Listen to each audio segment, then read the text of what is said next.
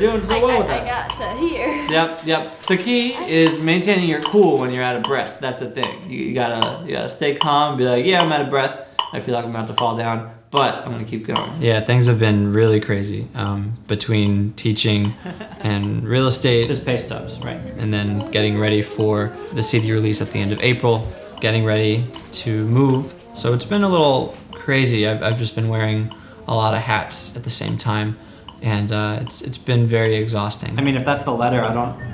Yeah. Okay. It's okay. It's this couple that has been living in New York for a long time, and they've been living down in the East Village in the same apartment for the last 20 years, and I guess management just sold their building, so that's why they have to move. You know, they're looking for a place up in Inwood, and we saw a place this morning that they really loved, and they want to apply for it, so they applied, and they sent me all their paperwork, and you know, I had to be at the train station, catch the train to teach at 1 o'clock, so I ran from Inwood to my apartment to grab my instrument, to my office at 76th and 1st, organized all their paperwork, scanned it, got it into my email to have it ready, and then bolted to the train.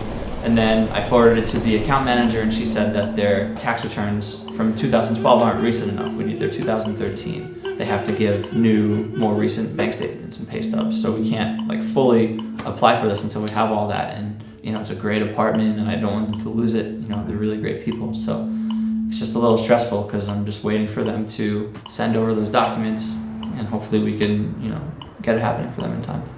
Sometimes I feel like he's running from one end of the earth to the other and kind of murdering himself right before his very eyes, and I mess with him all the time because I say, man, why don't we just sit down and have a cup of tea or look at the ocean for a little while, you know? And he's more about, well, I got to run to this appointment and that appointment, and then next time we hang, he's too tired to hang. So, yeah, I worry about him sometimes, but I think fundamentally he knows what's going on, and he understands that he needs to pull back the reins when it's time. You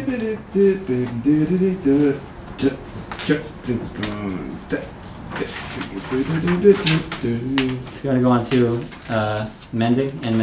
And Yeah, the quartet is sort of a newer thing.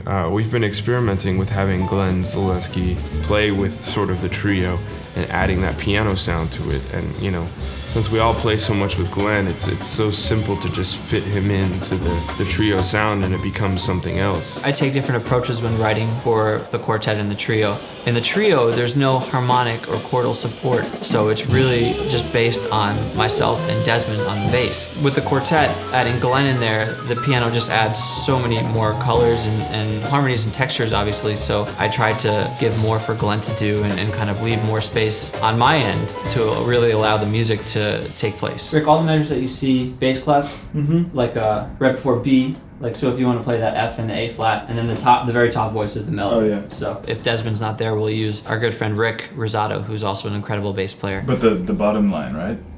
Which measure? The bar before C, you have C sharp dotted half note. Yeah. But then you also have like some eighth notes going on. Yeah, so those top ones are the melody. So if you just want to do the C sharp and then the G sharp, and then I'll play, you know, either me or Glenn and I will play those top notes.